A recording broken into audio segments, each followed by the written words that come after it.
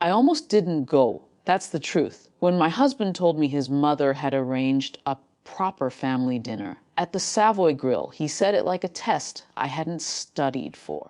His mother believed in curated spaces, places with dress codes and wait lists, places that suggested lineage. I grew up above a hardware shop. I chose a navy dress that didn't try too hard. Simple earrings, hair pulled back. I told myself it was just dinner, not an audition. The Savoy Grill is all low light and polished silver. Staff glide more than walk. You don't enter unnoticed. You are assessed. At the host stand, I gave my name. The hostess scanned her screen once, twice. Her smile thinned. "I'm sorry," she said carefully. "There's no reservation under that name." Before I could respond, my mother-in-law's voice carried across the foyer. "Oh," she said brightly, rising from a nearby banquet. "That's because it isn't under hers." A few heads turned. Conversations lowered a notch. "It's under mine," she continued. We weren't sure she'd be comfortable here. Her eyes slid over my dress, pausing just long enough to measure it. "Maybe a cheap bar fits you better." There are moments when humiliation is loud. This one was quiet. It settled on my shoulders like something expected. My husband stood behind her chair, not laughing, not intervening, just present. I felt that old instinct to soften it, to smile politely, to prove I wasn't offended, to earn space. Instead, I noticed something else. The hostess looked uncomfortable. The maitre d' avoided eye contact.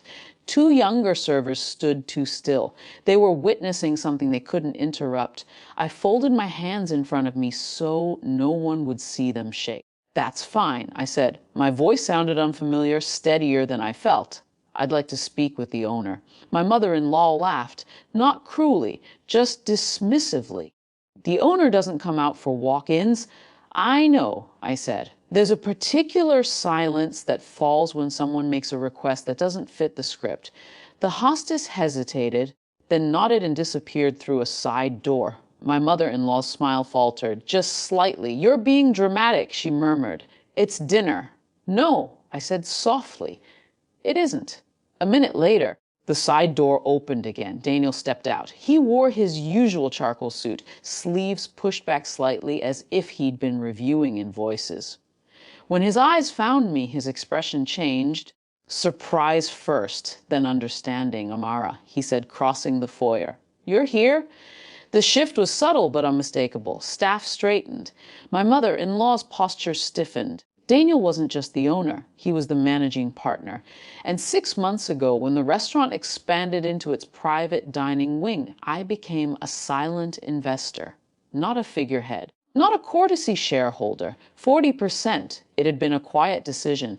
My money, my risk, my choice. I hadn't announced it at family dinners because I didn't need applause. And because I knew exactly how it would be received. Daniel glanced between us. "Is there a problem?" I could have described the comment, repeated it verbatim, let it hang in the air like smoke. Instead, I said, "I believe there was some confusion about the reservation." The maitre d' stepped forward quickly, tablet in hand. "The booking is under Mrs. Whitmore," he said, addressing my mother-in-law. However, he hesitated. There was a flag note regarding an outstanding deposit from a prior cancellation. The words landed gently, but they landed. My mother-in-law blinked. "That must be a mistake." Daniel didn't look at her. He looked at the screen. "It's not," he said calmly. "The system automatically restricts priority seating until balances are cleared." Priority seating. The private dining alcove they were sitting in wasn't accidental. It had been granted because of my partnership. I felt my husband's eyes on me now. Daniel turned to me fully. "If you're dining tonight, your table is ready." Not her table. Mine. No one spoke. My mother-in-law's face shifted through disbelief, calculation, something almost like embarrassment. "You never mentioned." "You never asked," I replied. There was no anger in my voice. That surprised even me. Daniel waited.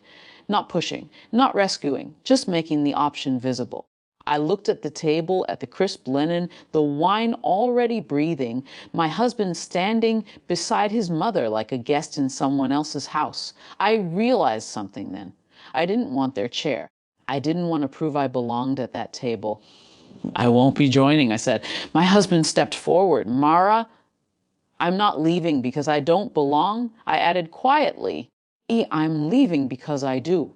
That was the only sentence that felt true. Daniel nodded once, understanding more than I had to explain. As I turned to go, the staff parted instinctively, not out of pity.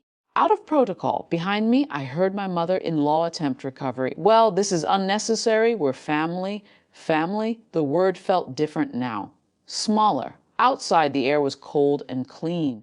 I stood there a moment, letting my breathing settle. A few seconds later, the door opened again. My husband stepped out. He didn't apologize immediately. He didn't defend her either. He just stood beside me, uncertain. For the first time, he looked like someone who understood the cost of silence. I didn't. Well, finally, I know, I answered. That was the problem. We didn't go back inside. There was no celebration, no triumphant ending. The restaurant continued humming without us. But something irreversible had shifted. She would never again assume I needed her table, and he would never again mistake my quiet for smallness.